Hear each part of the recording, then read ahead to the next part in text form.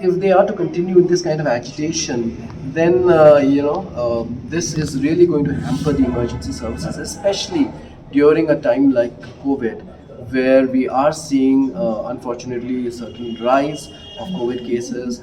Monkeypox has made its way into India, so that is also another cause for concern, although it has not yet, thank God, come to Meghalaya yet. But we need to be prepared for such kind of emergency situations.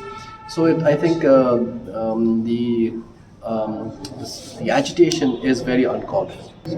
No, we have already met the association, and we have told them that this is an emergency service, and this is something which affects lives of people who may have certain medical emergencies and may need the services of the ambulance.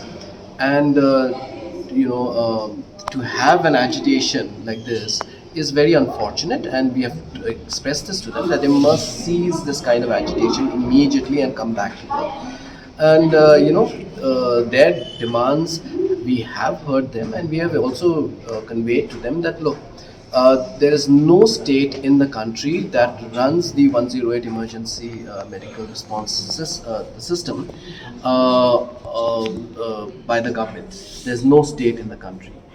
All of them have been outsourced to private parties, and even in the state of Meghalaya, this has been going on for the past so many years, where GVK has been running this 108 services. However, due to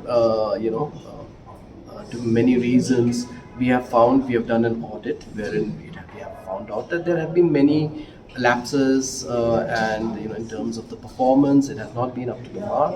And we are going for a fresh bid wherein we want to seek and see where we can get a better player to come and operate the 108 services.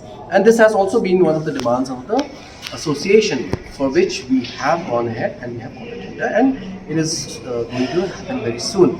But unfortunately, the association wants to continue, and knowing fully well that there is no state in the country or state government in the country which is running 108 services, because it is a service which requires 24/7 attention, and this is of a nature which involves emergencies.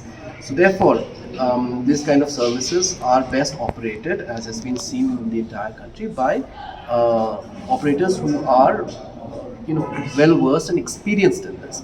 And that is the reason why we are also going for a fresh tender, wherein we will be engaging new agency or company to run these services. So it's unfortunate that the association is doing such things.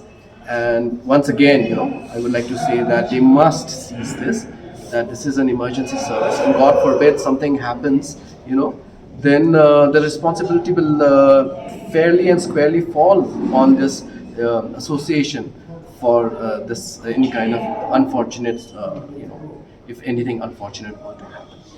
Yes, their demands, go from the point of view of the fact that they've had maybe certain bad experiences with one particular operator, but that does not necessarily mean that things will happen like that in the future as well. So we are actively engaging in dialogue and conversation. We've in fact, told them also that we are, putting in new interventions whereby we will have review meetings, which will be every quarter, to look at the qualitative functioning of the emergency system operators, and any kind of grievances or any kind of concerns can be raised in these kind of quarterly meetings, and which will will give an opportunity for such kind of problems to be brought out and resolved there and then itself.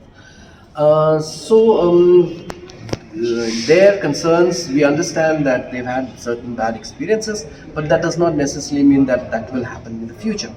And we also are putting in a lot of other conditions in the agreement, in the tender clause, whereby we want to take care of the employees as well.